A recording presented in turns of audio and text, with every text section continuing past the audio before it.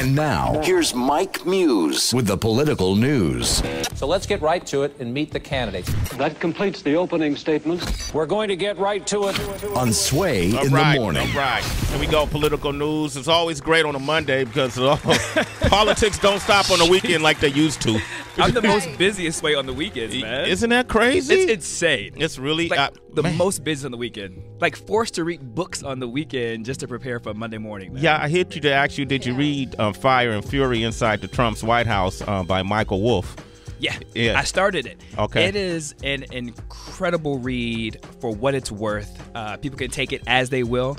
They can believe it as they should or should not. What was interesting, though, is how he's qualified the book. And he really qualified the book by saying that most of these interviews was done either off the record or on background. And so what that means for the citizens out there who may not be aware of journalism, off the record means you can say the quote, but you can't say I'm the one who said the quote. And on background, especially deep background, is another journalistic term that really means I'm just going to just give you the general idea of what is happening, but you can't quote me and you can't say my name. But what he was saying was over time is that people ended up forgetting that they actually said deep background or off the record and began to talk about it on a regular basis, so it actually became the record.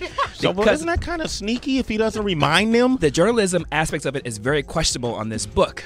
Tracy, you're a journalist. Isn't that sneaky if you don't remind them? Like I said as off the record a month ago, and a month later I'm still talking. Should you remind me? It's not necessarily a requirement. It's not obligatory. It would just be considerate. It's up to that, specific journalist discretion. Yeah. Mike Muse, would you say then, though, that as time went on, people sort of maybe started to become personally frustrated and just wanted to start talking?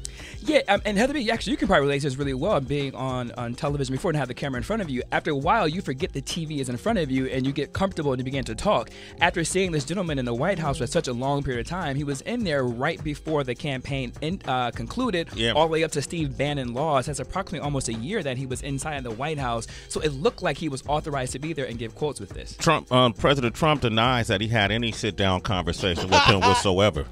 He said it's made up. Yeah, he says absolutely made up, but what Mike Wolff said is that he actually spent time with him during the campaign at his Beverly Hills home, and there actually are people there who corroborate that too as well. He also said that he spent approximately 3 hours in totality from the campaign to the end of Steve Bannon's tenure at the White House, and he did say he didn't formally have, and they parsed the words between him and the press secretary, Sarah Huckabee Sanders, by saying he didn't have a sit-down with the president Oval Office, but they did speak inside the White House. Okay, and what else did he have to say? He did some interviews recently, right? Yeah, he did some interviews. He's been going around the room and really Sway and the rest of the morning crew here is that this book just really speaks to, it's not about Steve Bannon per se, and it's not about policy or any politics of it. It's really about what the insiders inside who work in the White House think about this president and what they think about this administration and what's going on. And what came out of it was this notion of chaos, if you will. And also what came out of it was this notion of intellect versus fitness to lead. And as a result of all the interviews I was doing, President Trump didn't take too kind to the comments that were coming out of the book, and he said some tweets on Saturday. The first of 3 tweets reads, "Now that the Russian collusion after 1 year of intense study has proven to be a total hoax on the American public, the Democrats and their lapdogs, the fake news mainstream media are taking out the old Ronald Reagan playbook and screaming mental stability and intelligence." The next tweet, Sway, really is what really began the media storm on Sunday. The second tweet says, "Actually, throughout my life, my 2 greatest assets have been mental stability and being really smart. Crooked Hillary Clinton also played these cards very hard, and as everyone knows, went down in flames. I went from very successful businessman to top TV star."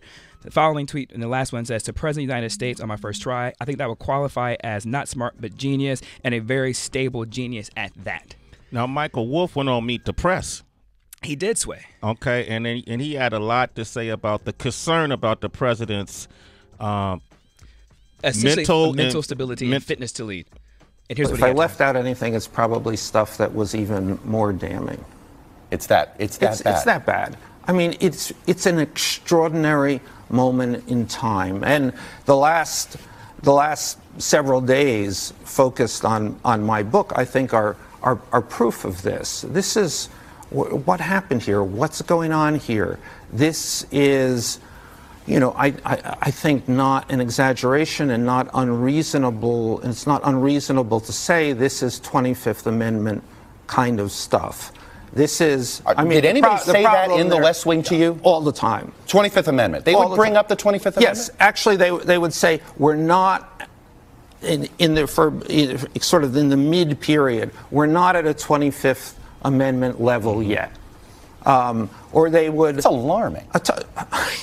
This is alarming in every way. All right, now you got the 25th Amendment is. So the 25th Amendment is really important. The 25th Amendment speaks to a person's mental capacity of actually being able to handle the witness aptitude of the role of the president. In that case, the vice president and the president's cabinet will then have to order instructions to be sent to the Speaker of the House, in this case would be Paul Ryan, to report that they are deeming and calling and executing the 25th Amendment, which essentially removes the president due to his mental capacities. Then in turn, the Speaker of the House will then have to take it back to the cabinet. It's different from impeachment. Impeachment means legalities, misdemeanors, treason, bribery, et cetera, et cetera. Who is defending the president that's in his inner circle? Sway, all this came out on Saturday after the retweet storm that President Trump came about, and the next person who defended him was Mike Pompeo, who is a CIA director, and here's what he has to say on Fox News Sunday morning program. My personal experience, I was with the president yesterday at Camp David. I'm with him almost every day.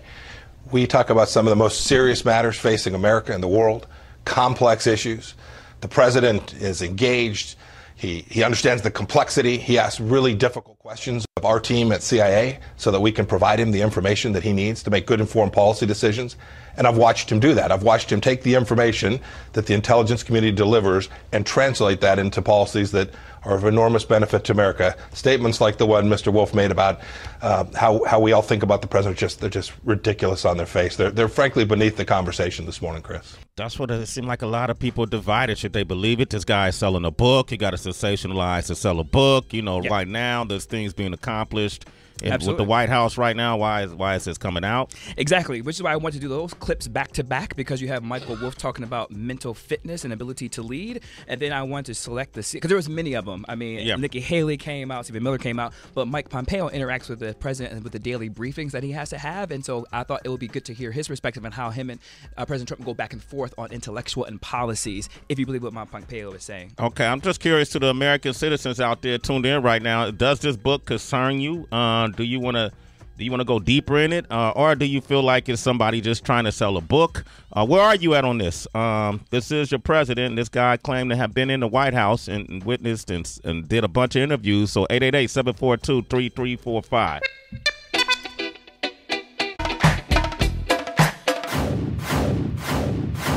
Now more of the daily news on Sway in the Morning. All right. So Michael Wolff put out a book. It's called Fire and Fury Inside the Trump White House. And this whole weekend, that's all we've been seeing in the news cycle. Yes. All we've been seeing in the news cycle, Sway, and we've been seeing President Trump tweet about it. Stephen Bannon has even come out and he's retracted his statements from the book and course corrected and said he didn't mean to talk about Donald Trump Jr. He was actually talking about Paul Manafort. Paul Manafort is the one who should have known better about the Russian, and he thinks that Donald Trump Jr. Is very patriotic. So this book, everything is about this book keeps coming out day by day by day by day. Got and a bunch of liars. You know, they switch their story up one day to the next. Just a bunch of lying, man. So now Steve Bannon has retracted, and the lead-in, Sway, before we went into the music break was perfect from you by saying, is he doing this to sell books and do it to sell money? I mean, you have to ask yourself, is Steve Bannon now switching his story around because of the fact that the Mercer family, which is the billionaire backer of the GOP party, have now distanced themselves from Steve Bannon and cut him off financially? Yeah. And also, too, they have a 25% stake in Breitbart News. As we all know, Steve Bannon was Breitbart News, so we don't know if he's still going to be there or not. But all right, we got Boom J on the line. Boom J. Boom Give it up for Boom. Yeah, clap. Boom. What up, Boom J? What up, Hey, Boom? what's up? It's Sway Tracy G here to be Mike Muse. What's poppin', baby? What's up? I'm doing okay, thank you. So, Sway, to answer your question, this is nothing surprising to us that voted for Mr. Trump, because we've seen this go through since June 16, 2 years ago. We've seen this happen. We've seen allegations upon allegations come through, and then, we haven't seen anything concrete. Sarah said a few days ago that the current guys in the administration, no one is saying what David Wolff is saying. So we really want to know who exactly is doing this, except for Bannon, who has made a 180 recently. Finally, and I'm also glad that the president is able to defend himself. tweeting, because this is a clear case of bullying, and I'm glad that he's able to speak for himself. So you believe the book is false? Oh yeah, I mean, David Wolf. The media says he has a history of lying. He has a history of false journalism. Everybody knows him from what I've been seeing in the news. Yeah. So the book is false. I mean, the book, people gossip, people talk, people have different things people talk about. It's easy to make up something. I can easily say something about you if I know you. You know, that's easy to do. Boom J, don't do that though, man. I don't need that headache. All right, Boom J. All right, all right. All right, I appreciate your perspective, Boom J. You're a citizen. All right, we got Emily on the line. What up? Good morning, Emily. M to the lead. Good morning, guys. How are you doing? Good. How are you? Doing great. What do you think of this book? What do you think of these accusations? What do you think of the president's reaction? So I actually haven't finished the book all the way. I think that, of course, it's a book. They want to sell a lot of copies. Maybe things were like more dramatic, but I don't think that there's any argument about his mental. He's literally right. Like, it's the proof right there that he's not fit to lead a fucking McDonald's, let alone our entire country. So I think that they don't even need to read the book. Everyone knows that he's out of his mind. So there's not really an argument for his stability, in my opinion. I love our audience. You got people on two separate sides of the spectrum. Absolutely. I love you. Thank you, Emily. Emily, you're a citizen. That's Sway in the morning. Thanks, Emily. Really quickly, Mike Muse, do you have to take any sort of mental aptitude test before becoming a president, or an IQ test? Wow, that's a really great question you ask, because almost in two parts. The first part is you have to take a physical exam. But there's no mental exam that is needed. But when President Trump, when he was candidate Trump, his doctor gave pretty much a 2-3 sentence report about his health fitness, and he said that he was in the best shape that he's ever seen anyone being in. Now there is talk possibly within Congress that they could order a psychological evaluation on the president. So that is being discussed right now. But I do want to talk about a little bit what Emily and what the other caller was talking about previously in terms of how to decide for yourself what is true in this book. We can debate the details of the book all we want, the finite details of it. You know, was they in the Oval Room or were they in the Red Room? You know, did Steve Bannon say that or did Jared Kushner say this, right? But the thing overall, the theme of the book, though, there is a lot of individuals who are saying that the theme of it rings true. Now, only what as the citizens, in order for them to decide whether or not it's true, is to look at President Trump's when he does his speeches on teleprompter versus when he goes off teleprompter. There is a difference of tone and temperament. Then look at the president's on his tweets, on his timeline, and then ask yourself, based upon his timeline, based on how he's tweeting, and Sway, we talked about this all the time, that the president's got to be careful with his tweets and his Twitter, because that essentially is a living document of everything that he thinks, all of his thoughts, how he processes information. He does it on Twitter, so we actually have in real time what he's thinking unfiltered. And so I think that is the evidence base that to determine whether or not how you think of him as, I'm not going to say it's smart, because smart is relative, right? And you don't have to go to Harvard to be smart to be the president. There is a notion, though, of intellectual curiosity. And that means, are you curious about information? Are you curious to ask the right questions? I think that's really what this book is going to, is does the president have that? And then the citizens should be able to decide whether they believe or whether or not for themselves, just going through his timeline. All right. Anything else we need to touch on before we take it online? Just really quickly, because I know North Korea and South Korea are sitting together tomorrow. Yeah, right? They're sitting together tomorrow. Okay. The quote unquote point of it is to discuss North Korea participating in the South Korea Winter Olympics. But we all know they're going to go deeper into the relationship between the two countries. As a result of that, Trump is asking Congress to give him $18 billion to build a wall in exchange for DACA. That is a DREAM Act. And also two citizens that may be interested. What do you mean DACA won't move forward unless the wall is built first? Yeah, it's a negotiation strategy that he's saying. He's saying Congress give him the $18 billion to build the wall. In exchange, he's telling the Democrats that he would then allow DACA or the DREAM Act to continue moving forward as is without any changes to it. So it's a negotiation tactic that he's doing. Nobody believes that if you're a Democrat. And then secondly, what happened to Mexico paying for the wall? Exactly. That was his big stump during the campaign that Mexico was going to pay for the wall. Mexico's unequivocally said they're not paying for the wall, and now he's asking Congress to give $18 billion of the American taxpayer to pay for the wall.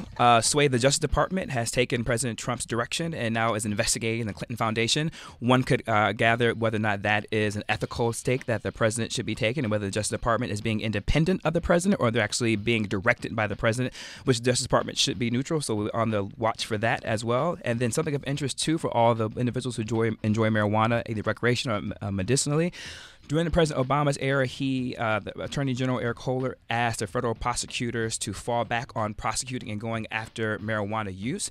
Attorney General Jeff Sessions on Thursday reversed that and has now given the federal prosecutors permission to go after individuals who are smoking marijuana recreational and or medicinally. And so, as we all know, California became recreational legally as of Friday, right before. How does that affect California or Colorado or states like that? It's all up in the air. What's interesting about this, and I won't take up too much time with this, is that states' rights have always been at the core of the Republican Party. The Republican Party has always advocated for states' rights. So these states have voted for legalization recreationally and medicinally of marijuana. But now the federal government, Attorney General Jeff Sessions, who's a Republican, is now saying the federal government should come in. But nobody knows how this is going to play out. Nobody knows if the federal prosecutors are actually going to proactively go after recreational weed users that's already been passed into law. So we don't know how it's going to roll out, but it's causing disruption in the economic system of marijuana because people are just uncertain to, well, if I open up a shop, will I be shut down? Will I be closed? Yeah. Investors are nervous and worried and don't know if they should continue investing. They don't know if they should build up their employee base. So we have to see and find out. But I just want to make the citizens aware of what was happening. What's happening? Okay, look, that's a lot we covered this morning. And any of those topics we hit on, whether you agree or disagree or you want to add to it, continue the conversation because I always post conversations on Real Sway on my social media and swayuniverse.com. And then you can hit Mike Muse directly at I am Mike Muse, M-U-S-N-S-A-M-E on Twitter and Instagram. Okay, thank you, Mike Muse. Hang out with us, all right? We got sports up next. Yeah, we do. Sway Citizens this weekend, first weekend of the NFL playoffs. Shameful 5.